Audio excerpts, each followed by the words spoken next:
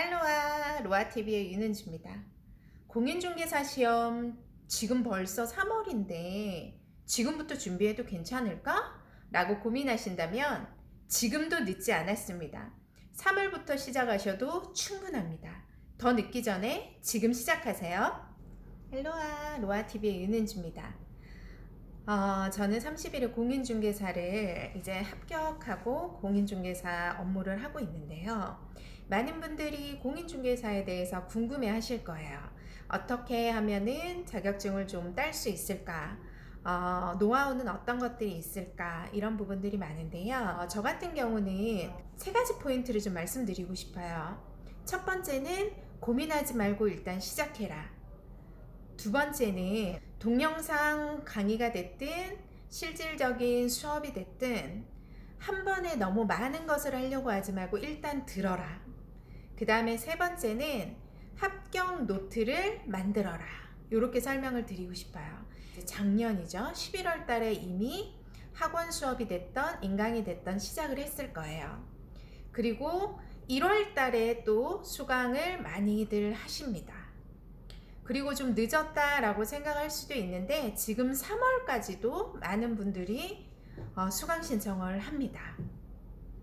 물론 작년 11월부터 시작을 하셨으면 훨씬 더 좋겠죠. 왜냐하면 공인중개사에 대해서 전혀 모르기 때문에 한 번 정도 듣고 시작을 하시면 1월 달부터 수업하는 수업이 훨씬 더 쉽게 느껴지시거든요.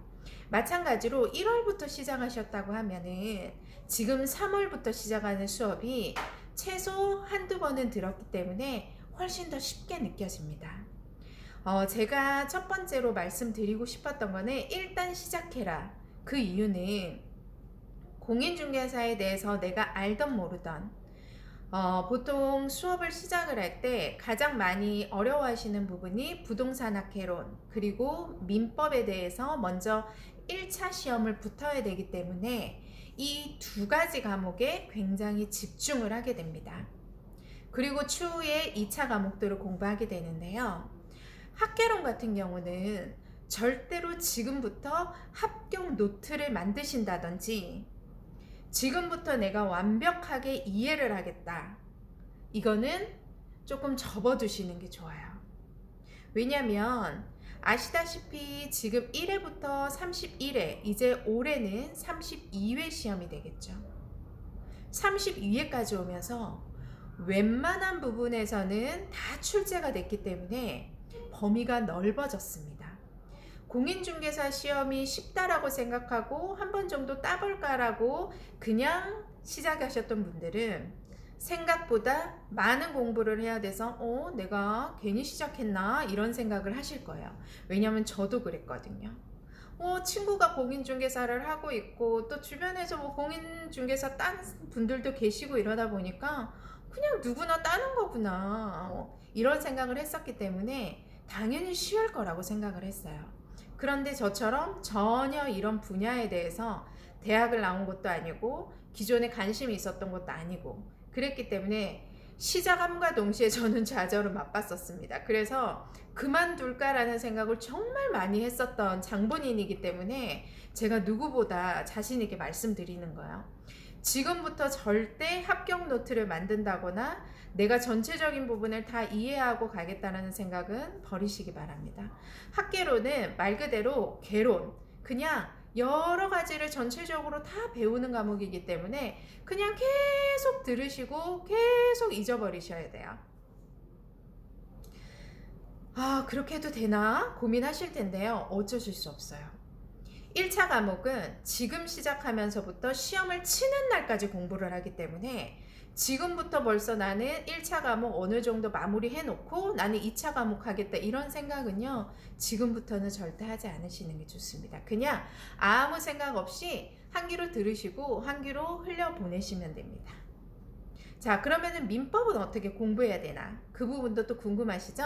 오늘은 이제 1차 과목에 대해서 먼저 설명을 드릴 건데 그 스킬은 뭐냐면요.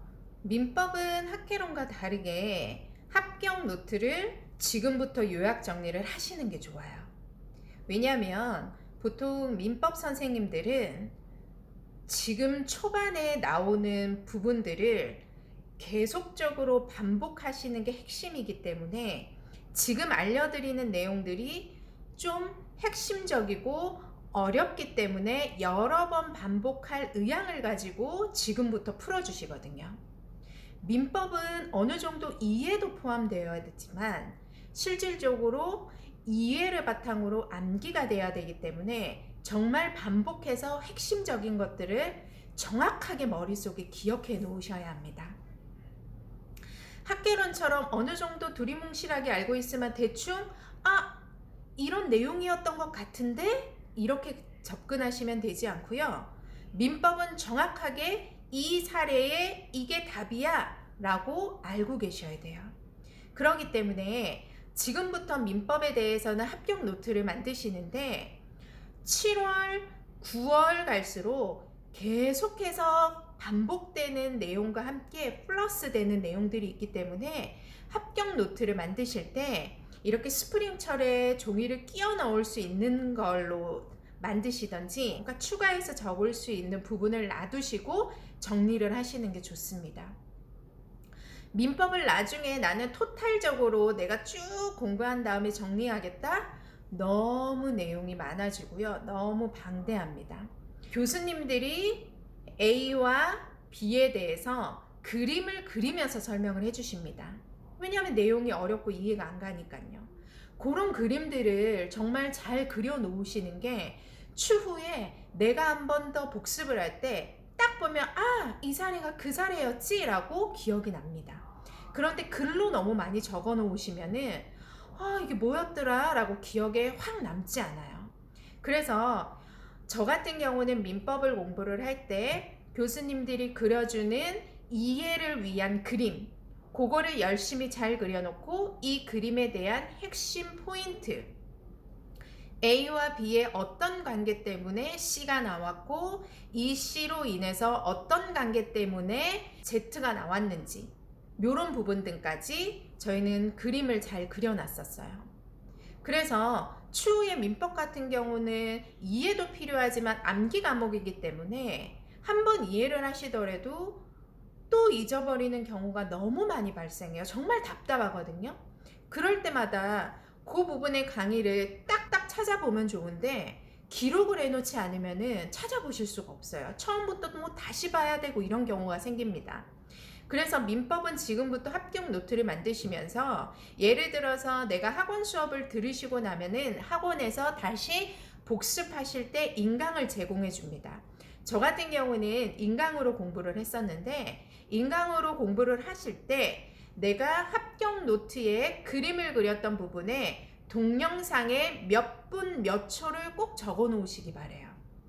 예를 들면 1강 5분 17초 이 부분이 뭐였는지 제3자를 위한 계약에 대한 부분이었는지 이런 부분들을 적어 놓으시면 나중에 실질적으로 내가 그 부분이 선뜻 이해가 안 갈 때 빨리 찾아보실 수 있습니다.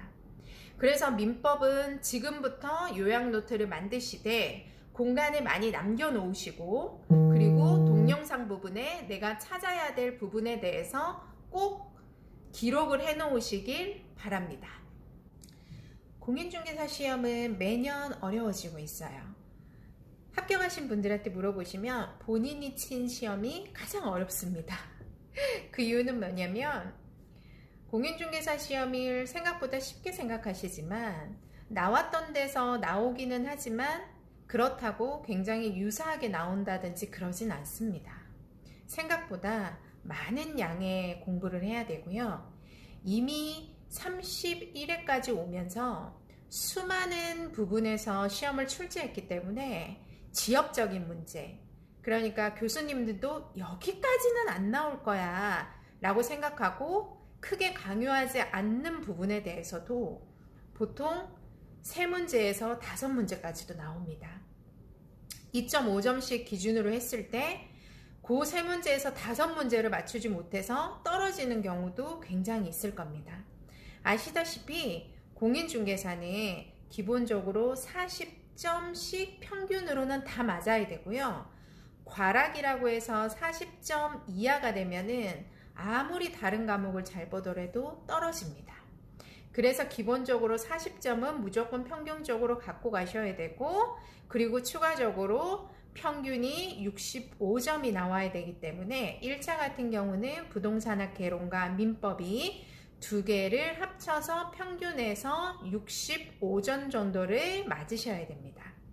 그리고 나머지 2차 과목도 마찬가지고요.